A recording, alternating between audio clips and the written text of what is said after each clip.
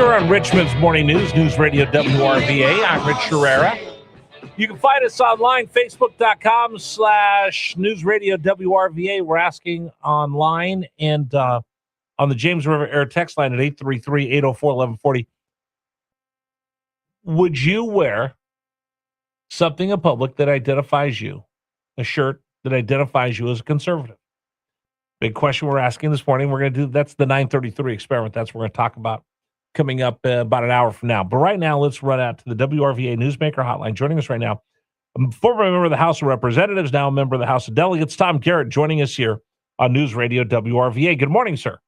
Yeah, man. So when I wear something in public that identifies me as a conservative, I'm driving down the road yesterday, and I'm not making this up, and I'm thinking to myself, where can I get an ICE windbreaker, Immigration and Customs Enforcement windbreaker, because I need something to wear to the polling place in November. And I think that answers your question. And people say, "Oh, Tom Garrett's horrible. Tom Garrett's horrible." I hear that all the time from people. Well, yeah, I hear it all the time from people too. And we'll just let our Creator judge us when our day comes, and we'll see where we end up. Here's the thing, right? And I'm not even kidding. I mean, let's everybody order ICE windbreakers and wear those to go vote. Number one, freedom of speech. You're allowed to wear it. Number two, it's a law enforcement entity that we should all support, because we should hope our politicians pass laws that are supportable, right? Like those agents are doing the job that we told them to do when we cast ballots to elect the people that pass the laws. Number three, who cares if ICE is at polling places, since we've been told a million times that no one illegal is voting, right?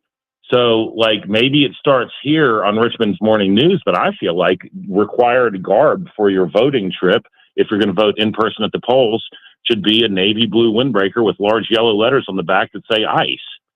And does that mean? I don't think so. If no illegals are voting, why do they care? And why do we oppose our law enforcement who's enforcing laws that our politicians that we elected, Democrats and Republicans, have passed? Yeah, what happens instead is they pass laws that all right, now you're going to take me down a rabbit hole, and we won't have time for that, because I do want to get to the whole ICE thing.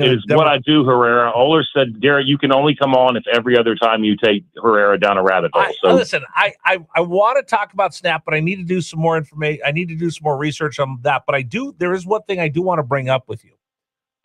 Kids are getting ready to go back to school, right?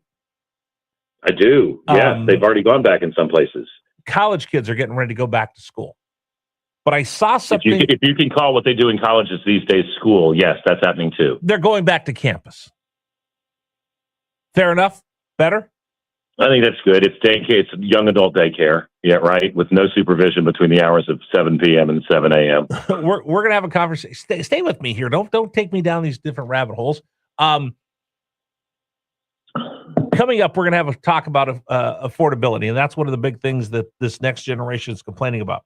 And I saw a story the other day that for Gen Z and for some millennials, they think that the economy is so bad that they don't have a chance, blah, blah, blah, blah, blah, that they think online gambling, is something that they should do as an investment into their retirement. They actually think by betting on games, the prop bets, all the rest of the stuff that simply exploded over the last few years, that it is something good for them to do.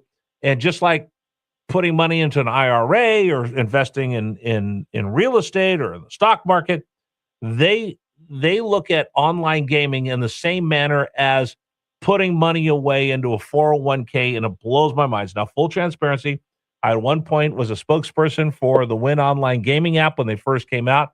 But as I see what's going on in these college campuses, and I see the real addiction that's going on, it's something to be concerned about, because we don't have it here in Virginia, but it's probably coming our way. Well, it's definitively coming our way. If indeed young people think that online gaming is a path to financial security in their advanced years, then it's worse than I thought. There's a couple of sub-stories here. We just watched 5 Republican lawmakers suck down $100,000 each from the Sports Betting Alliance, which is the Turn Every Cell Phone into a Casino Alliance, backed by DraftKings and MGM, Grand Casinos, etc. We watched the bill that would turn every cell phone into casinos die in a Senate committee, die in a House committee, be resurrected in the Senate committee, be resurrected in a House committee, die on the Senate floor, die on the House floor, and be resurrected on both. and we can follow about $4 million straight back to Abigail Spanberger and Don Scott. There's $1 million of it right there, actually over $1 million. About $3.5 million to Democrats, 1.5 million to Republicans in the course of 1 year or so.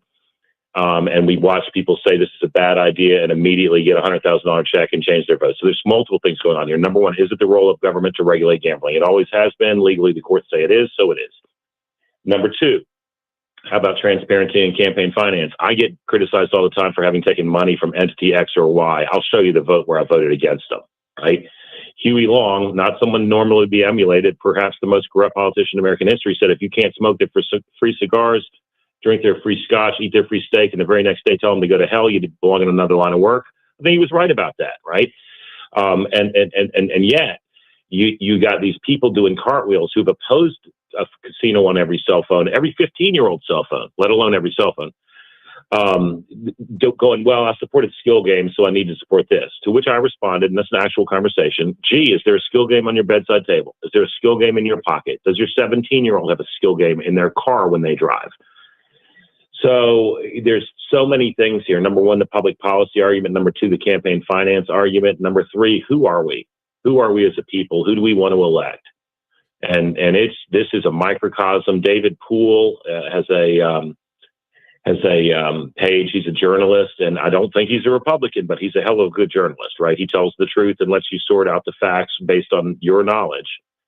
And he kind of exposed this. We gave a floor speech on February 17th, which you can find on Tom Garrett for Delegate if you scroll back to February 17th, that beat the bill.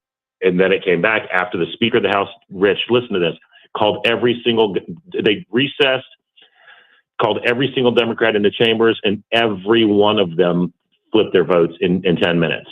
I don't know what was said there, but when a group gives $5 million to Abigail Spanberger for governor and Jay Jones for attorney general and Louise Lucas and Don Scott, and then Frankenstein's monster dies 4 times only to be passed into law, maybe we should wonder what's going on, right? And by the way, I'm going to jump in here with you because I'm going to warn parents as your kids are getting ready to go to school, especially if you have young men, you need to keep an eye on this because if they go to a school, they go somewhere where there is legalized online gaming. And again, listen, I was a spokesperson. It's in their pocket. It's already there. I've done this. I've worked in Vegas. I've done shows from casinos and everything. I'm an adult. I stay away from Vegas because I love Vegas and Vegas likes me too much, so I don't go all the time. But here's what I'll tell you is I would see college kids. I know this one kid who had 3 different betting apps, and he used one against the other. He had a couple different credit cards. His parents didn't know about it, and he was using one credit card to float another credit card to float another credit card to float the 3 apps, and he was so into it because he thought, I'm going to hit it big. I'm going to hit it big. He'd hit it once a month, and then he was so far in debt. This thing is dangerous. It's addictive, and especially when these apps will reach out to you with notifications. Hey, this game's just starting. Hey, this game's just starting. Hey, you could bet on who's going to score the first touchdown in this football game. It is dangerous. Yeah, and so we know that young men are targeted, and we know that young men's brains aren't fully formed until probably about age 25. Or 59. And we know that they've spent billions studying neuro pathways and psychological behavior and stimulus to beget a particular desired outcome. And it's desired by who? It's desired by the casinos.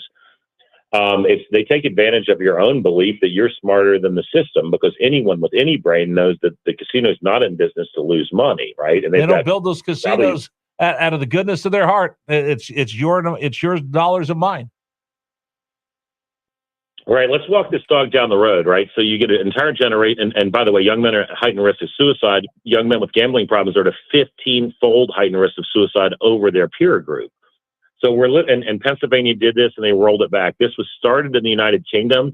It was a free-for-all. It was so bad that they outlawed it, and we knew all this when we passed it in Virginia.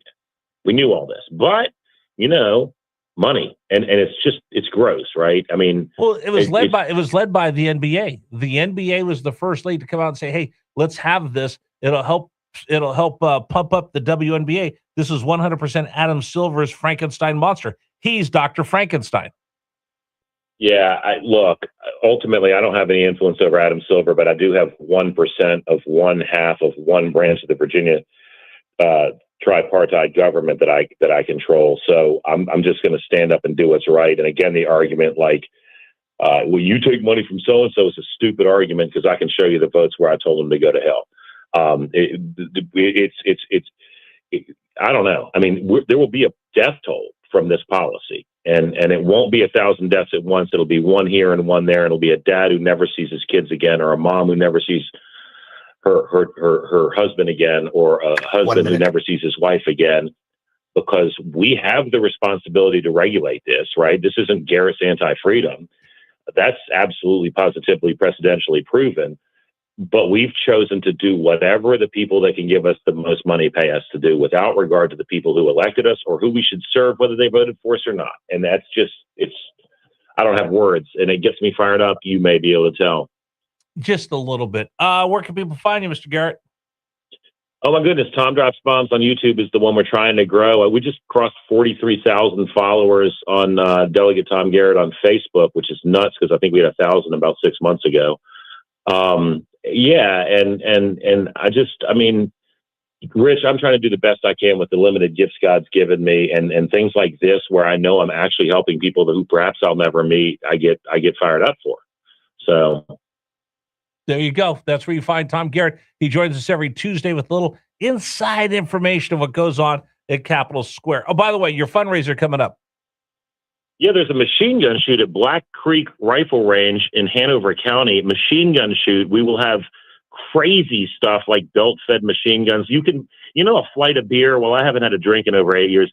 You can pay to shoot a flight of submachine guns, including the H&K MP5, the Uzi, the Chris Vector, and so it's just. And we will have a lot of professional trained former military and law enforcement range control. It will be super double safe. And that's the most fun you can have with your clothes on. Go to Delegate Tom Garrett on Facebook for more information on that. Delegate Tom Garrett on Facebook. 2 R's, 2 T's. Just like Herrera, it has 2 R's. There you go. Something in common. Something in common. All right. Tom Garrett, talk to you next week. You have a bonus R. Talk to you next week, Rich. Take care. Nobody's ever said that. Herrera, you got a bonus R.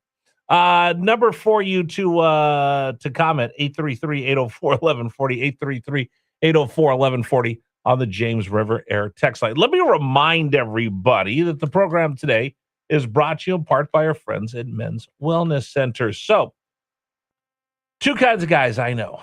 The ones that actually pick up the phone and call